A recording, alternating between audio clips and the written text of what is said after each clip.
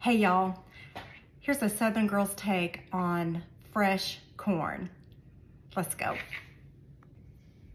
Okay, so I've got my meat and gravy, as you will call it, for the stroganoff cooking. It's gonna cook 30 minutes on low. I'm gonna wait to the very end of that 30 minutes before I add in the 2 tablespoons of butter and a cup of sour cream.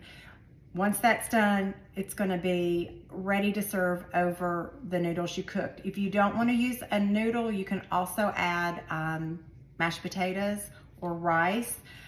Do whatever your family prefers. We're gonna do the extra wide egg noodles.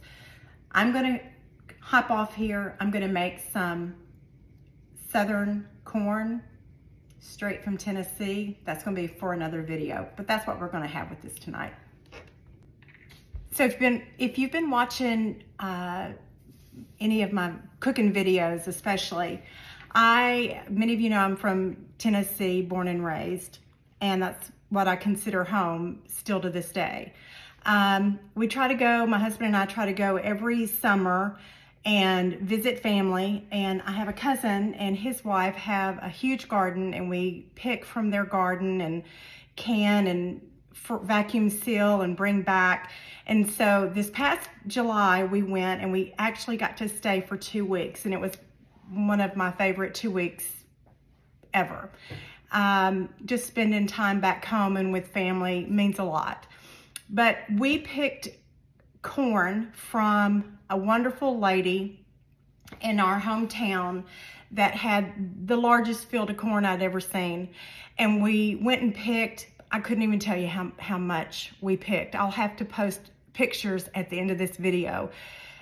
And so we took it back to my cousin's house, and I wanted to bring some back home. We drove, and so I wanted to bring some back home and freeze on the cob. And when you do that, you leave the kernel on and cut the ends off and just put it in the freezer that way.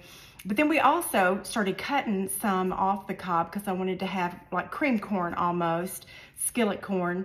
And when we started doing this, our hands were like just sticky. It was so sweet. This corn is some of the sweetest corn I've ever put in my mouth.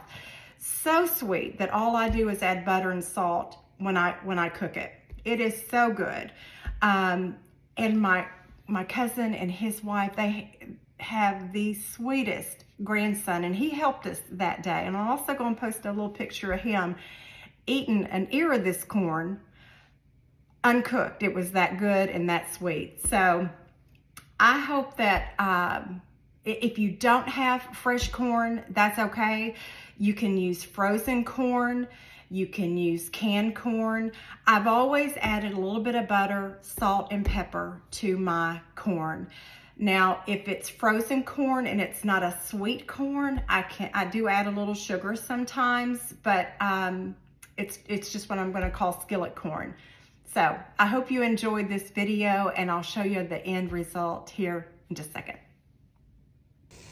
So here I've got the corn added. I've got a little bit of salt and pepper that I've put in there. I've got about 3 or 4 pats of butter. And to that, I'm gonna add just a little bit of water. I don't wanna drown this, but it'll cook down quick on you if you don't keep an eye on it. So start off with just a little. You can always add to it. And you're gonna just cook this. This isn't gonna take long at all.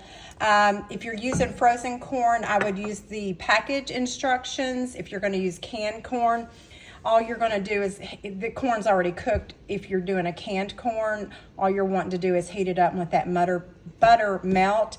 For this fresh corn, I'm gonna cook it for about 15-20 minutes on medium low. It doesn't take long at all. So this is to a boil. You're just gonna stir it, add water if needed. We're looking good right now. I'm cooking this in my enameled cast iron pot. I've linked it below, but if you've never cooked with cast iron cookware, it's a game changer. It's like cast iron. Once it's seasoned, you're not gonna have any trouble with it sticking. So this is one of my favorites. So just let this, we're gonna let this sit there and boil for just about 10 more minutes.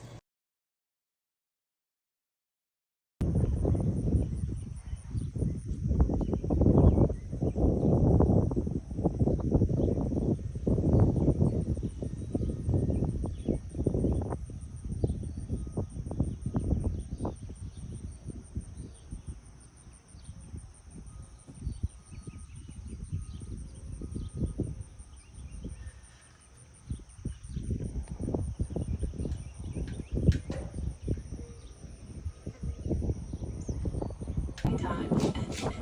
Verbo Private Vacation Rentals. Relax. You booked a Verbo.